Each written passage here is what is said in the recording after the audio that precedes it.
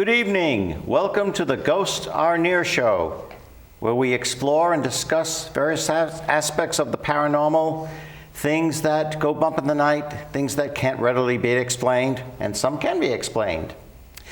Anyway, I'm your host, Keith Johnson. My co-host, Sandra, is at home with Keith Jr. tonight. So, hello, Sandra. And everybody's asking for her. And this evening, I have some very distinguished guests with me, and you may recognize them from the past. My good friend, James Annitto. Thank you, having me. James. And Father Bob Bailey. Nice to see you again. Nice to see you again. Boy, it's been so long since you've been on. You know, and we've worked together quite a bit. Yes. Yep. Mostly off camera. Yep. There's a lot that goes on off camera as well. Yes, and we just had dinner not too long ago at my house, the three of us. Yes, and that was quite a reunion. Yes, it was. Yeah. Well, this evening we're going to talk about a new organization, or revamped organization, that James and Father Bob are in. And would you speak a little about that now, and what the name is? Yeah, Father Bob, this is your baby, so go ahead. The group that originally was founded was PWSM. Yep.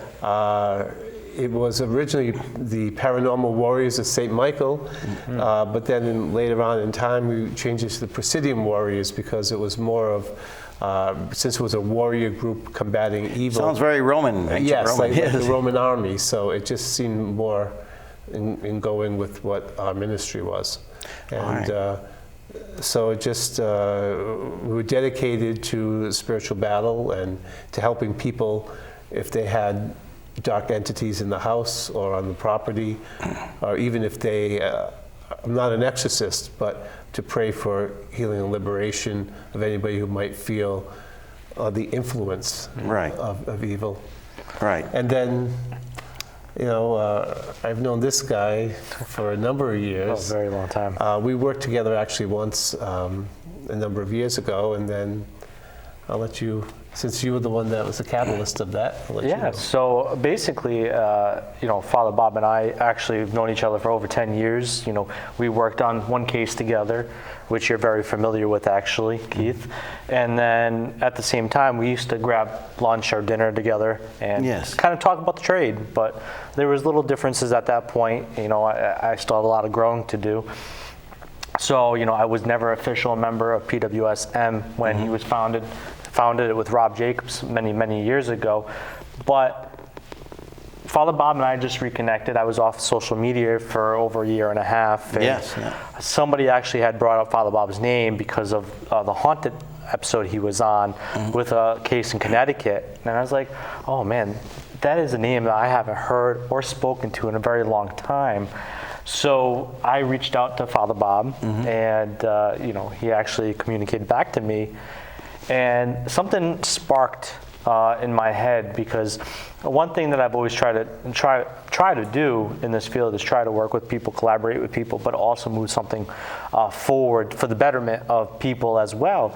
And I remember at PWSM because Father Bob used to actually gave me a bunch of literature and prayers and deliverance prayers that I actually still use to this day. I modified them a little bit, but still use to this day. That was a catalyst from his organization. So I had the kind of the light go off and say, you know, I know you haven't been doing this for a while. Would you love to get back involved in it? And here we are today. It was just time. I had taken the hiatus of about almost 7-8 years. Yes, we haven't heard from you for quite some time. It's, you know, when you're dealing with sometimes with the dark forces, they don't take prisoners, and you know it can be not only dangerous, but it also can be emotionally draining. And so at that point, I felt I had to get out of it for a while. I see. But it was still always nagging at me, the interest. So when I had been following him, you know, in the background and seeing how he grew and just how he was developing. So when he connected with me, I just thought it was, you know, a great opportunity to go back into the work, which I found rewarding. Now, could you gentlemen briefly describe what deliverance is for some of our audience members who might not be very familiar with it?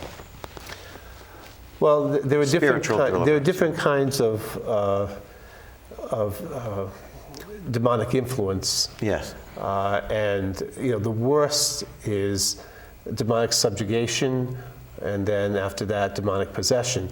But there are lesser forms of influence, Certainly. like obsession, oppression, and so for those things, people would need a deliverance, which are prayers for liberation, prayers for healing. I had a healing mass for a number of years in 2 of my churches, and it's basically the same kind of thing. We're praying for healing in one aspect for sickness. We're praying for healing from the influence of evil. Yeah. And I very much appreciated, I just like to mention, I very much appreciated the Mass you did when my dad passed and went to be with his Lord. That was very much appreciated, too. One thing I want to say, though, to give you credit, what began my my desire to go into the work was you. Because I started hanging, I don't even know how it happened, through a mutual somebody that I knew. Right. And I started to come here to watch. And then you asked me to come on a case. And I actually got to do prayers of deliverance over a home. And that's what I knew, that's what I wanted to do. So everything has a beginning. Yeah. Things are meant to happen. God works in mysterious ways. And I felt with Father Bob and I reconnecting and working together. When I was going through a dark period of time, I felt, and some people might think I'm crazy from it, but I felt something come over me and tell me that big things are going to come your way. And eventually here we are today working together and doing God's work. So, sometimes you listen, or you should always listen, I guess, but when you listen or when you build it, they will come, right? Field of Dreams reference, but it really love that movie. Really is true. Look at what we're building. We already have a set team that we've already incorporated within a month of really putting this team together of all great people. So really, the dominoes have fell into place.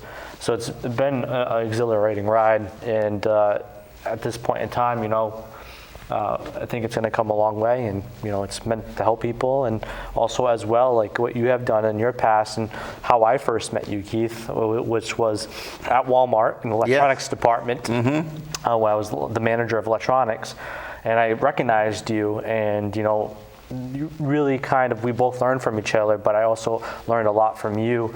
And in that retrospect too, is what we're trying to do in our attempt, is what you have done, is pass that knowledge on to people, but build a team and build a foundation that will last years to come, so people can do it the right way and not, unfortunately, put people at harm.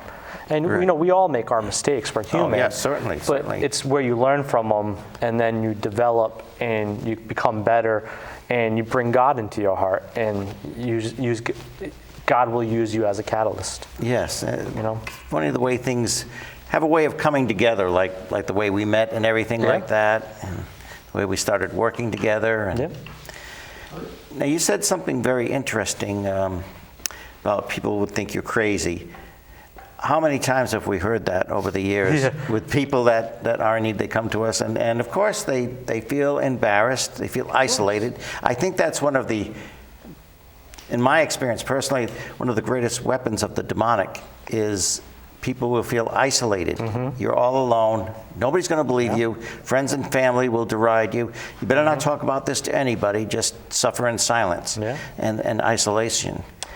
It's true, and I'm studying psychology right now. I graduate in August with a degree in psychology at Southern New Hampshire University. And to look at the numbers, I'm a statistics person in the sense I don't like doing the math to get to the statistics. It's actually terribly hard. But like the numbers that actually have a standpoint to where the data is collected from, social isolation and loneliness is at its high that's ever been. And you look at things like that, what kind of drives that force? Why do people? Of course, there's natural forces and reasonings that why this occurs. Right. But what is also the preternatural forces that kind of make this occur as well? Right. And I think we saw that during the whole COVID thing, when people were isolating, how negative and what that turns Yes. people into, Yeah. violent behavior. Yeah. So Changing you're right. society, Yeah. yes, yes, Yeah. really. A lot of people turning away from God because Yeah. of this. People weren't able to go to church physically, so a lot of people disconnected from our Lord because of that. Because people had cabin fever and a lot of And each other too. yeah, a lot of trauma that came to fruition, which also leads to the gateway of the demonic. Trauma is one of the pathways for the demonic to get infested in your life. So it's, it really opened a lot of gateways, and we're starting to see this in society now, kind of a falling part of it. Right. Right. Now, would you both speak about, here's a hot topic, the reality of the demonic, which is a very, people shy away from that. People do shy away from it. It's very difficult to talk about. Yeah. But, I mean, that's why we're here. That's why we're here, to talk about these subjects and discuss them, sometimes taboo subjects, but they are a reality. They are a reality. I think today, more than ever, there is such expressions of the demonic. I think there's so much evidence, the violence, the hatred. Just read see the news, read the newspapers. There's so much senseless violence and hatred, and even towards religious things. Yes. Openly. Could happen at St. Patrick's Cathedral. They went in on Easter Sunday. A mob went in during Mass. Yes. I mean, that's satanic. That's absolutely satanic. So, I mean, you've got a lot of that out there now. And again, I think it's sometimes we've allowed that to happen because of choices that we've made in society, and things just opening our hearts to evil. Yeah. You have the isolation, as James was talking about, too. Yeah. And those who try to help people to go against these forces in the name of God, there are oftentimes repercussions. You've both experienced that. I've experienced that. Father Bob, talk a little about that, please, about when you've been on a case and things start to happen. Yeah. Again, to reiterate, I'm not an exorcist. I've never actually done an exorcism, even though some people think I have. Not all priest exorcists? No, it's part of our ordination, right. But in order to do a formalized one, Yes, you right. need the permission of the bishop. You need Certainly. the backing of the church on that. I was playing devil's advocate. Yeah. Like people will say, aren't all priests exorcists? Yeah. Don't you all go into homes and do this? Yeah. Not all of them. Very few of us. Yeah. Yes. I'm sorry, what was the question? About the repercussions that you've Repercussions, experienced. yeah. I think that when you many of the cases, I'm sure James and I'm sure you too, there's natural explanations for when you go in there. And sadly, which is why I bless every house, because there's nothing wrong with blessing a house. Right, It'll give right. them solace. But when you do reach dark entities, I believe, this is my own, is that you get marked by the other side. Yes. And they're not nice about it. No. They wait, and there's retaliation. And it's not going to come where they come with a pitchfork and thunder and lightning. Right. But just mishaps in life and all of that, oppressive things happening in your life, and it just wipes you out. You know? Certainly. And so, which is why it's important sometimes to take a step back and just to put yourself out of the picture when you're doing the negative dark haunts, the dark things. Because I remember an exorcist saying, every exorcism he does, a little part of himself he loses. Oh, yeah. And whereas it's different, but still I would say the same principle is when we're dealing with a dark force. Yeah, I definitely 100% agree, Keith. One thing about me, and you know me very on a personal level, I haven't always made the greatest life choices, And I really do think, and I can't always blame the dark realm of things, Right. because some of it, is psychological, some of it's, the trauma, some of the things that I manifest myself. Certainly. But when you're involved in this work, Yes. that does put you at risk. And there have been times in my life where I felt like if I was just a normal person, I would recover sooner and think less about what I'm doing, and then overcome that hurdle. But I feel like when we're in these dark times, I feel like we are suppressed more than a normal individual. And like I said, I was off social media for 1.5 years because I put myself in a very bad place by my own choices and my own mistakes. And I felt like when I had that godly intervention, I would like to call it, I was thinking dark thoughts, and I was thinking that I wasn't good enough for this world. Certainly. And, when I had that, I realized, I'm being put down this pathway for a reason, because regardless of what people think or not, I have helped a lot of people through the catalyst of God, God utilizing me as a tool. And I have helped people. And I felt like that was necessarily me being suppressed, that I'm not good enough in my thoughts, and starting to spiritually affect me as well. Yeah, and that's what faith. spirits want you to think, that you're not good enough, you don't measure up. And like you said, it's a prime example. I'm 33 years old, and I feel I have the body of like a 50-year-old. In reality, like I've Don't look it. Well, I'm just saying, like I have a lot more medical issues, and I've tried to take care of myself. Certainly, yeah. And so, like, I feel like every case that we do that has a dark element to it, or even if it is demonic, does take a piece of your life force, not only physically, but mentally and spiritually, because I feel it. I've understand that, and every case that I've done has made my faith stronger. But there was a great saying: the closer you get to God, the harder it gets. When it comes to this realm of work, because Right. it's true, they want to take the person that is strongest, because if they can do that, if they can twist the person that's strongest, then they're winning, right? Right. Because the weakest, who are affected most of the time, they don't have a great relationship with God. That's a victory in some aspects by turning people away from God. But when they can tackle the largest and the most stoic individual in faith, to me that's a bigger victory than taking the weakest. True, very true. Yeah, which is why, too, we have to be spiritual athletes. Yes. We have to take a cue on a good athlete. A good athlete works out, he prepares himself, he does what he needs to do to keep his body sound, and we have to do that with our spiritual lives, because we're going to be confronting evil. And with myself, I've been starting,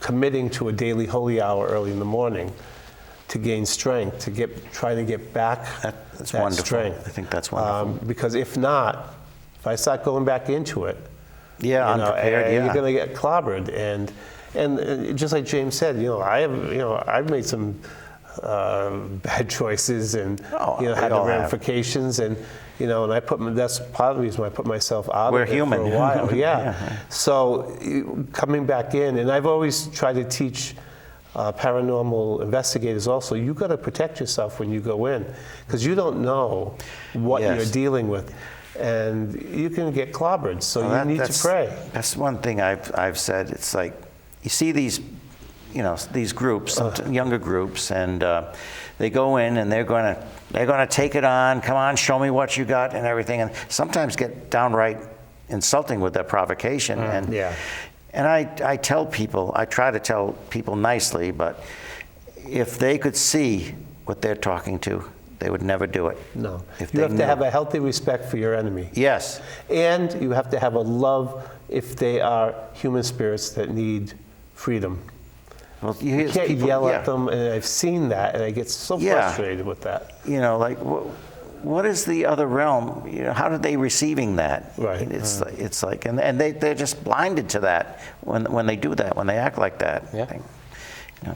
But you both felt yourself in real danger at times with this work. Oh, yeah.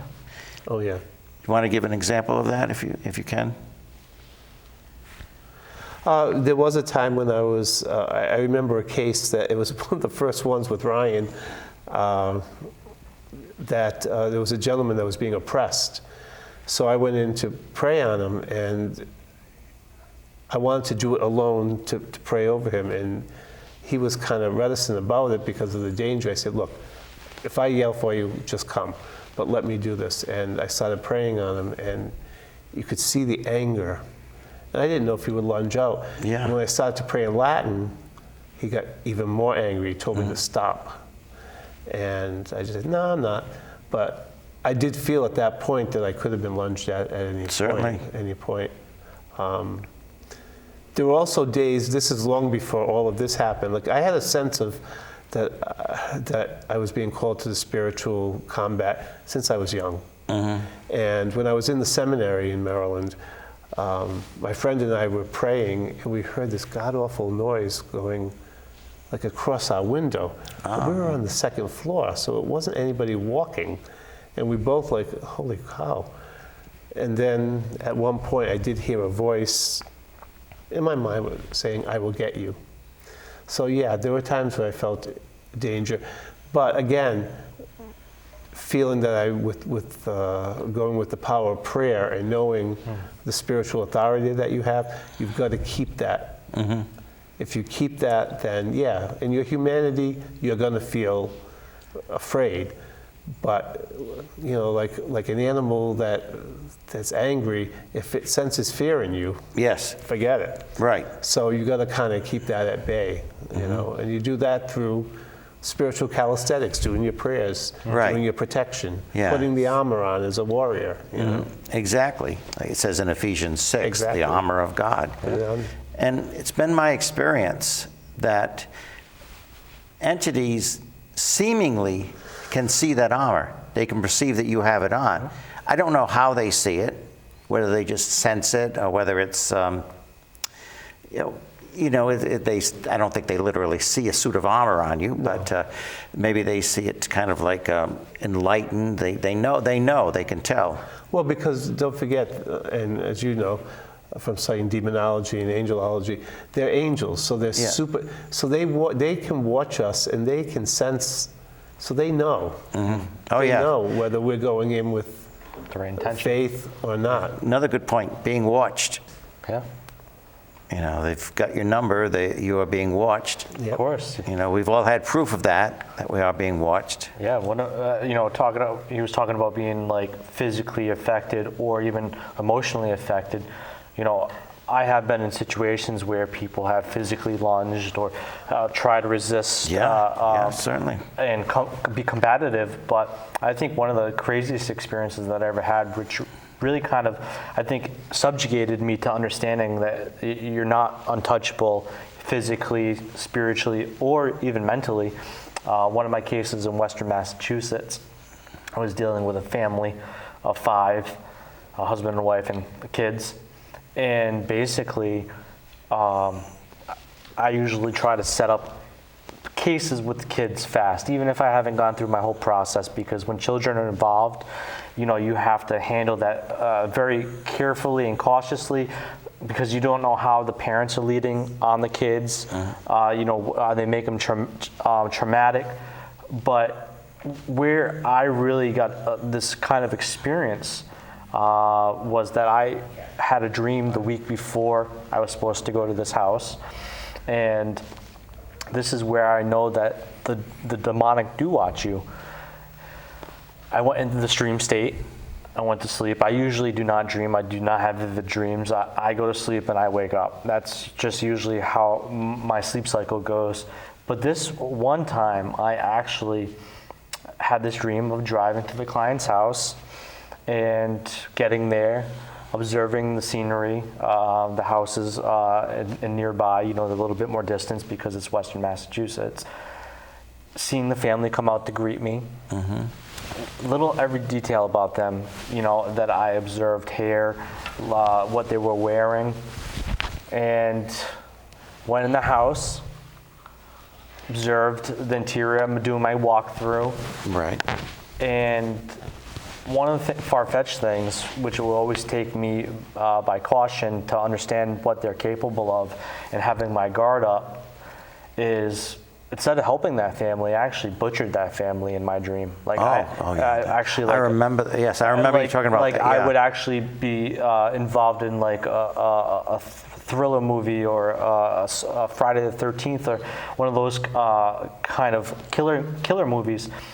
So it really, when I woke up from that dream, startled because of what I actually had just done, you know, in my dream state, it startled me. And I'm like, for a minute, even for more than a few minutes, and maybe even a couple of days, I really cautiously thought, like, well, if I go there, this is basically telling me you can take me over and I could do this, right? Mm-hmm. And then I realized, I was like, well, God is a part of me.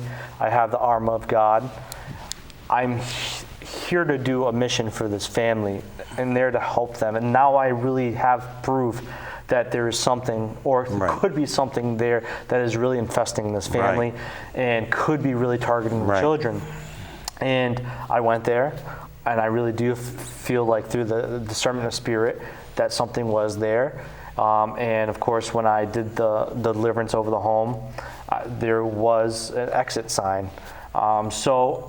And that family, beside one other time that had to really be talked through, that they were still experiencing little things, they were helped. But the demonic showed me that it is willing to attempt every possible way to throw you off your game, to target you and affect you, so that their prey can be taken over or affected. And it really showed me that day that, you know, you always have to keep your guard up. Oh, yeah. You always have to pray before you go to bed, and pray when you wake up. Right. Because if you don't, and, you know, I'm not pretty sure, but I'm certain I probably did not pray before I went to bed that night. Right. And I felt like I was definitely affected from that. Oh, yes. That's where holy water comes. Yeah. Yes. Blessing your room before you go to bed, praying And also, for deliverance of a dream. Scripture, like in his letter to the Romans, St. Paul writes in chapter 8, verses 38 and 39, he writes about that nothing can separate us from the love of Christ, not angels or demons, not height nor depth, life or death. That's you know, that's always a great comfort. And we only have like about a couple of minutes left, believe it or not. It goes so fast. Oh, they go fast. But please tell our audience, if somebody is interested in Presidium Warriors of St. Michael, wants to get involved, what would they do? Yeah, and you do need all various types of people too. So right now we have a great team. We have Thomas Donahue, who's our investigator. We have Jamie Gordon, who is our case manager. We have Mike Hatcher, who's our researcher. We have Barbara Cole, who's our medical staff. She's an RN and also investigator. And then we also have Michelle Clark as our prayer director / administrator. And I think that's it. I named them all. Right now, but we already have a functional team. You know, we are looking for a mental health specialist or a psychologist to aid us in assessing cases. But other than that, we do have a fundamentalized team. It's growing and growing. But if you want to contact us, you know, you can go find us on Facebook, Presidium Warriors of St. Michael, or pwsm.org, which is not active yet. But you can also reach out to me directly, 401-808-7416. And if you need help, we will get the necessary parties involved. Very good. So, James Annitto, Father Bob Bailey, thank you so much for being with us. And I'm sure we will have you on again and see how much your organization has grown by that time. It's growing by leaps and bounds. Yes, thank you. All right, thank you for being here, gentlemen, and God bless everyone. Good night.